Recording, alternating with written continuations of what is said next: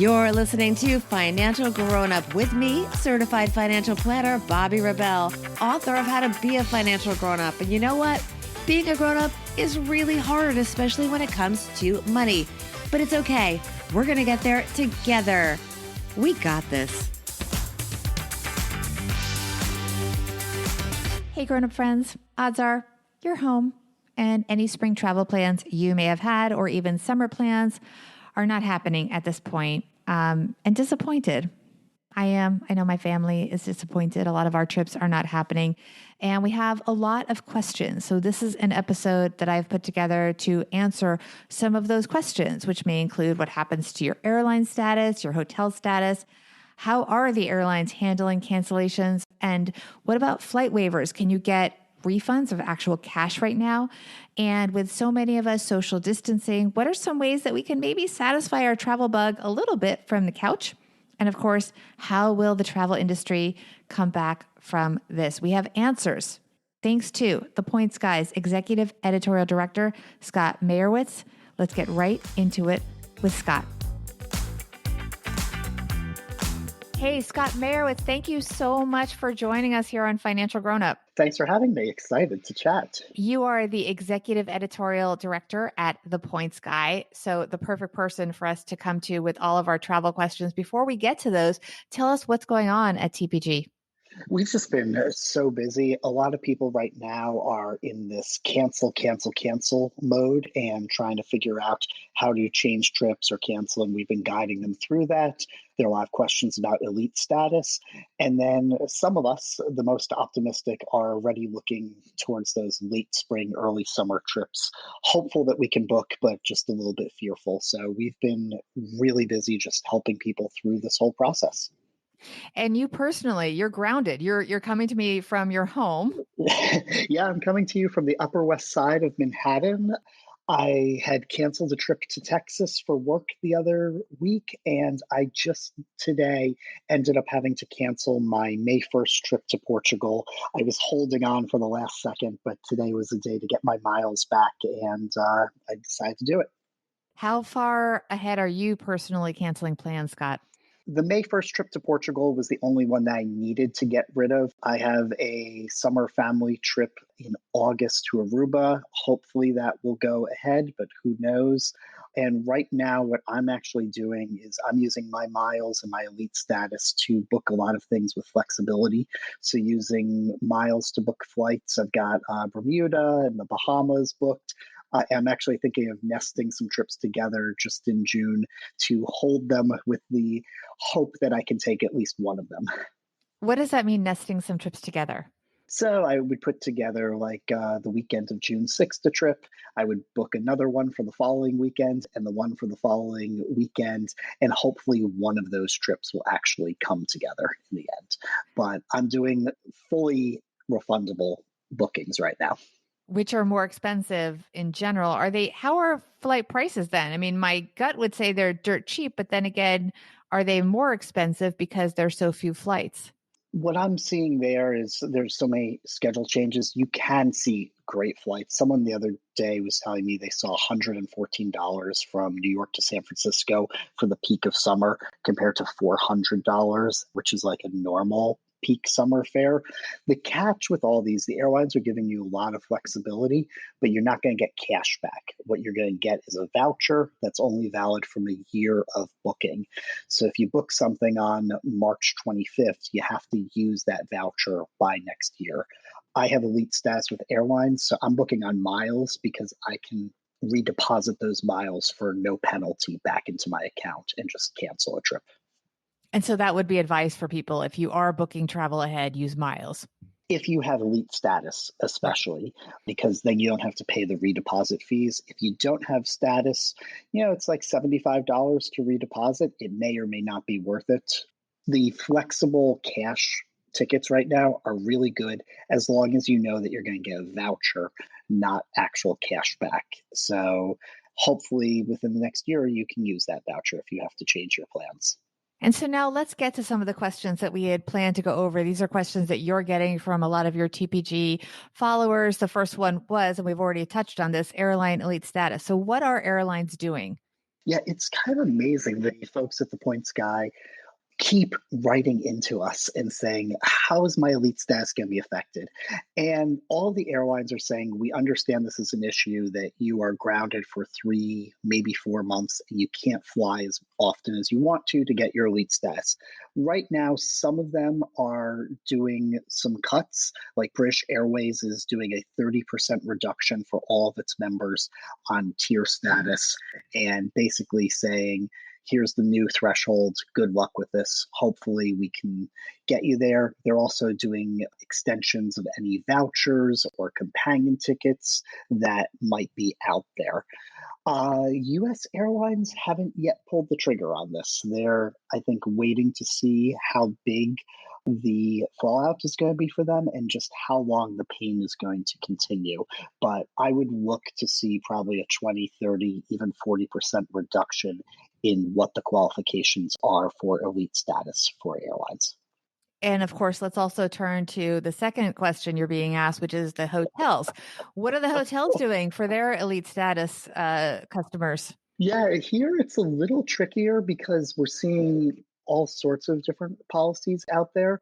Similar, there have been a few where it's been a 25% reduction in the qualifications. Others are not even talking about this yet. Hilton has actually one of the most generous policies. They basically said if you have elite status right now, we're going to give you another year for free. So, even if you don't have to travel, they're going to extend the status out for another year. They're doing the same with their free night certificates, any other vouchers that people will have. So that is by far the most generous program that we've seen to date. And Hilton is in a battle with Marriott. They want to win over a lot of people who weren't happy with the merger of Marriott and Starwood. So they're coming out first with this policy and trying to be as pro-consumer as possible. And I give them a lot of credit for this. I think this is one of the best things that we've seen any airline or hotel do, and I hope others will follow. Do people need to do anything proactive with both the airlines and hotels to get these, or is it just going to be automatically put on their account? It should be automatically put on accounts, but one of the things that I always say is keep very close eye on all your accounts and make sure you're getting what you're due. Let's go back to talking about the airlines. How are domestic airlines handling cancellation? So this is for just everybody, not just the elite people. And talk about flight waivers. Yeah, so flight waivers keep changing as the cancellations keep going out. There's a lot of flexibility right now that if you have future travel, you can go ahead and get a voucher that you can use within a year of your purchased date to travel. So let me just explain that. Let's say you were going on vacation April 15th and you had a ticket purchased back in January, and you decide that you want to get a voucher for that. That is good only until next January. So it's 1 year from the date of you actually purchasing the ticket. So a lot of people just need to be aware of that. Others want their cash back. They don't want these vouchers. And what I would say there is hold on to that ticket. Be patient. The airline is probably going to cancel your flight on you. And once they cancel that flight, then you are legally entitled to get a cash back for it. So watch carefully the schedules. And as soon as they cancel it, then you can get cash instead of a voucher. How much wiggle room is there if you call? Do they have the agents been given more latitude in terms of how much they can accommodate customers when you call a customer service line? Not tons. Airlines are desperate for the cash, so they're trying to upsell you into vouchers. So I've been hearing a lot of if you ask for a refund, they're going to say, we can do that, but are you interested in a voucher instead? And they might add 20% extra value onto that. So some people can come out ahead if you definitely know that you're going to fly that same airline. And within 1 year of the ticket purchase, you're getting an extra 20% bonus there. You could use that for a trip that is hopefully discounted given all that's going on. Right. So there's negotiability in terms of the value of your voucher. And maybe there's negotiability, you tell me, on that date. Because what if you purchased your tickets very far in advance for a big trip and the trip is a month away, but you purchased it 11 months ago? Yeah. That doesn't give you a lot of wiggle room from the purchase date. Is there negotiability there just being reasonable? It doesn't hurt to ask, but that's one that the airlines traditionally have not budged on. And that's where you're going to run into your headaches, especially for those trips that you booked a while ago. So then you want to be watching for that flight to be canceled. Yes. And how are flying conditions changing right now? I got a notice from an airline today talking about their social distancing efforts because planes are notoriously, we're squeezed in there so tight. How do they then? I mean, I guess it's happening naturally that so many people aren't showing up for flights, but what's it like to actually fly for people that are flying, the few and far between? And I guess far between literally in between their seats. Yeah, if we talk about airline occupancy about a year ago, you had about 89, 90% of all seats filled on planes. What I'm hearing from the industry sources right now is you're looking at 10, maybe 11% of seats filled across the entire system. And there are plenty of flights where there are just completely empty planes out there. Some that they'll run, some that they'll cancel. There are tales of airlines actually booking the middle seat when you book a seat to actually create that social distancing. And the TSA is saying, 85 to 90% of the passengers that normally come through its checkpoints aren't coming through. You're seeing cases in airports like New York and LA, where they're actually closing terminals. So you don't have a TSA checkpoint. You basically have empty airports. And that's because so many of us are staying home. Okay, we love to travel. What can we do to satisfy our travel bug literally from the couch?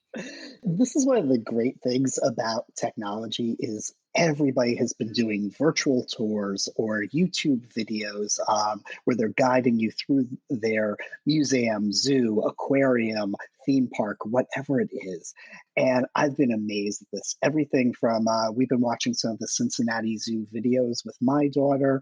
All the major museums, art galleries, natural history ones are doing virtual tours. Disney World is letting you actually ride all of its rides through these great videos that they've put together. So I could go on and on about the list between national parks, state parks, places like the Biltmore in Asheville, North Carolina. They've all come out with these amazing virtual tours to kind of keep you entertained. And we can find those through your website? We have a story up on thepointsguy.com of some of our favorites. And then any institution that you want to visit has a link on their homepage too. But we've curated a list at the Points Guy of our favorite virtual tours. Last question. I want to end talking about good things. Tell us, how will the travel industry come back from this? This is one that's going to take a while for the industry to really become much more profitable. But for travelers, they're going to be fighting for us to come stay at the hotel. So this will be a renaissance of deals, earning points and miles, and we'll guide you through all of those. But I think it's also going to change the way we travel. I've been for 2 weeks with my wife and daughter in our Manhattan apartment. And, we go out for a daily walk and keep our social distance, but that's about it. I'm an extrovert. I love to travel and I always love talking with people. But I think now I'm going to look at my travel very differently. Yeah, I'll probably still go and sit on the beach at some luxury resort, but I'm going to want more experiences where I get to learn from other people and interact because that's really what we're craving. As much as I love my family, and I do, I want to get out and meet other people and have actual conversations. And I think you're going to see people around the globe missing that connection and really changing the way that we travel in the coming months and years. Well, I think that we are all appreciating that so much now. Tell us where people can get social media contact with you, Scott, and the rest of the team there.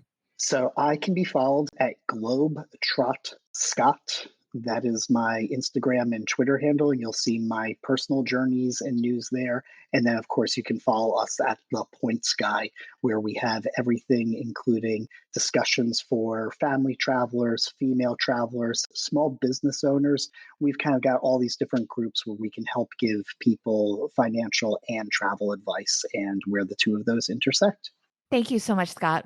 Thank you. This was a lot of fun. Big thanks to Scott Mayerowitz and the team at The Points Guy for being part of our financial grown-up community and giving us such incredible information. Please support them by visiting their website, signing up for their newsletter, listening to their Talking Points podcast, and of course, following TPG and Scott on social media. We also appreciate your support for us here at Financial Grownup. Please subscribe, rate, and review. It is all free. Reviews, especially right now, so meaningful and so appreciated. Join me on Instagram at BobbiRebel1 and on Twitter at BobbiRebel. And for 6 days a week news, commentary, and perspective, please join me and my co-host Joe Saul-Sehy and our cast of thought leaders on my other podcast, Money with Friends. The handle there on Instagram and on Twitter is at Money Friends Pod. You can even be part of our live audience participation tapings, info on that, and all about the podcast on the website, moneywithfriendspodcast.com. Once again, huge thanks to Scott and the Points Guy team for helping us all be financial grown-ups.